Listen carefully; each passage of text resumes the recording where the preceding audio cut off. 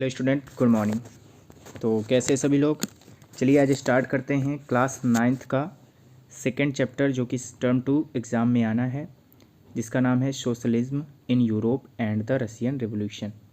तो इस पे हम लोग फर्स्ट पार्ट में पढ़ेंगे the age of social change. तो चलिए स्टार्ट करते हैं। तो इसमें the age of social change में आपने जैसे पढ़ा है प्रीवियस चैप्टर पर, तो the powerful ideas of freedom and equality that circulated in Europe after the French revolution. आप लोगों ने फ्रेंच रेवोल्यूशन पढ़ा है प्रीवियस चैप्टर में। उसमें देखा है कि जो हमारी सोसाइटी थी वो 3 स्टेट में डिवाइड थी, ठीक है। तो वहाँ से जब फ्रेंच रेवोल्यूशन होता है तो फ्रेंच रेवोल्यूशन से जो इक्वलिटी और फ्रीडम का आइडिया होता है वो पूरे यूरोप में फैल जाता है। ओके, तो यही दिया गया है कि जो हमारा पावरफुल आइडियाज़ था फ्रीडम का एंड इक्वलिटी का, वो सर्कुलेटेड इन यूरोप के चारों तरफ घूमता रहता है, ठीक है। कब? After the French revolution. And next में before the 18th century society was largely divided into estates. आप लोग को पता भी है कि जो हमारी सोसाइटी थी वो 3 ई स्टेट में डिवाइड थी, ठीक है। फर्स्ट ई स्टेट जो क्लर्गी लोग बिलोंग करते थे, एंड सेकेंड ई स्टेट जिसमें नोबेल्टी थी, ठीक है, राजा वगैरह रहते थे, एंड थर्ड ई स्टेट में कुछ बिग मर्चेंट्स हो गए या छोटे छोटे जो भी शॉपकीपर्स वगैरह थे वो लोग आते थे। एंड नेक्स्ट में the aristocracy and church dominated the social and economic power of the people, ठीक है। तो यहाँ पर क्या है कि मतलब जो एरिस्टोक्रेसी थी और चर्च था, ठीक है, क्लर्गी लोग थे, उन्होंने पूरा का पूरा अपना प्रभुत्व बनाए रखा था किस पर? लोगों पर, ठीक है। उनकी जो इकोनॉमिक पावर थी और सोशल पावर को वही लोग मतलब अधिकार रखते थे, उनको कुछ भी बोलने का अधिकार नहीं था। सारी की सारी पावर किस पे डिवाइड थी? क्लर्गी और उस पर नोबेल्टी भी, ठीक है। तो आप लोगों ने प्रीवियस चैप्टर पर ये पढ़ ही लिया है।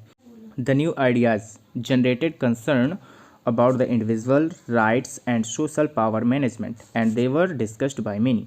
तो क्या हुआ, जो आइडियाज़ जनरेटेड हुए थे मतलब कि विकसित हो गए थे, डेवलप हो गए थे, तो लोगों ने उसके बारे में सोचना शुरू कर दिया, अपने अधिकारों के बारे में, ठीक है, social power management and they were discussed by many. और सारे के सारे जितने भी लोग थे तो सब में ये सारी चीज़ें मतलब कि डिस्कशन होने लगा इसका कि हमको भी फ्रीडम और इक्वलिटी चाहिए।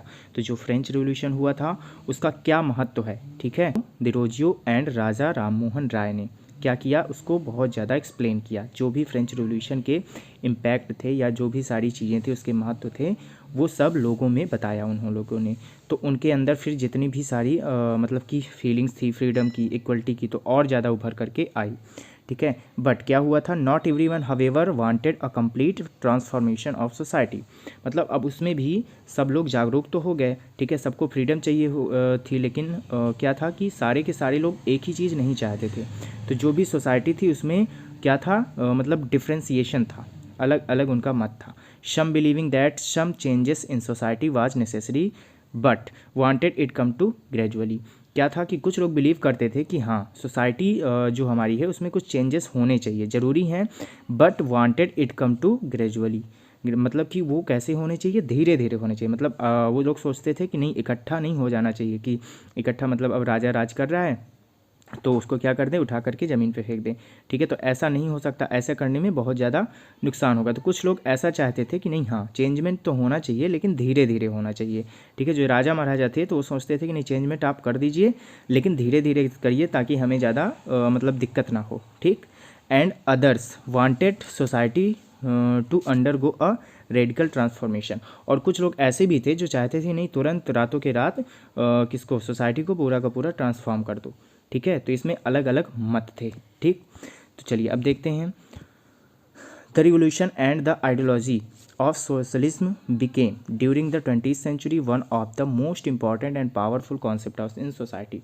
क्या हुआ कि मतलब जो रिवोल्यूशन हुआ और आइडियोलॉजी मतलब जो उनका विचार वगैरह था, ठीक है, कि मतलब फ्रीडम चाहते थे, इक्वलिटी चाहते थे, ठीक है। सोशलिज्म की जो आइडियोलॉजी थी, सोशलिज्म का जो विचार था वो 20th सेंचुरी में क्या हुआ, one of the most important and powerful concept बन गया सोसाइटी में, ठीक है। अब उनको क्या चाहिए था, उनको सोशलिज्म लाना था, ठीक है। समाज में सारी चीज़ें सेम हो, कोई बड़ा और छोटा ना हो, सब में इक्वलिटी हो, ठीक है, सब लोग फ्री रहें। तो ये सारी चीज़ें बहुत ज़्यादा आ गई 20th सेंचुरी। चलिए अब इस पे हम लोग को पता चल गया कि हमें पढ़ना क्या है, कि मतलब कैसे सोशलिज्म आए। तो चलिए अब आगे पढ़ेंगे हम लोग लिबरल्स, रेडिकल्स एंड कंजर्वेटिव्स के बारे में। लिबरल्स थे वो क्या चाहते थे, रेडिकल्स थे वो क्या चाहते थे, और कंजर्वेटिव्स थे वो क्या चाहते थे। सोसाइटी में कैसे चेंज होना चाहिए, होना तो चाहिए बट कैसे चेंज होना चाहिए, तो सबके अलग अलग मत थे, उसके बारे में हम लोग नेक्स्ट वीडियो पर पढ़ेंगे।